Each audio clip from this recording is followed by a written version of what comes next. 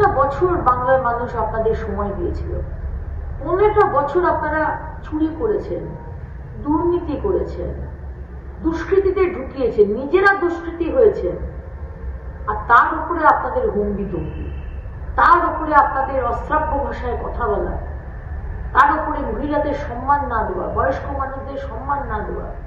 আজকে রবীন্দ্রনাথ ভট্টাচার্যের 81 বছর বয়সের আজকে একজন মানুষকে তাকে মেরে খুন করে দিল এক টিএমসির লিডার। আবার অন্যদিকে আমরা দেখছি মহিলাদের, আমাদের কদিন আগে দেখলাম একজন মহিলাকে মারধর করা হলো টিএমসি-রে।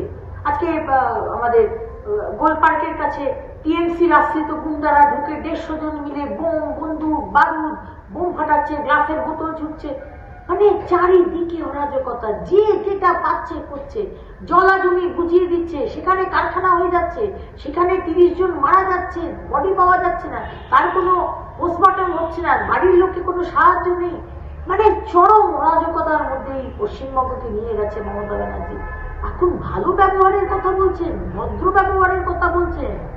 10 লক্ষ টাকাও যদি দাম না এক একটা মানুষকে, বাংলার মানুষ মানে পরিবারকে, তাহলেও তারা আপনাদের আর ফিরে যায় না, তারাও তারা আপনাদেরকে আর ভোট দেবে না।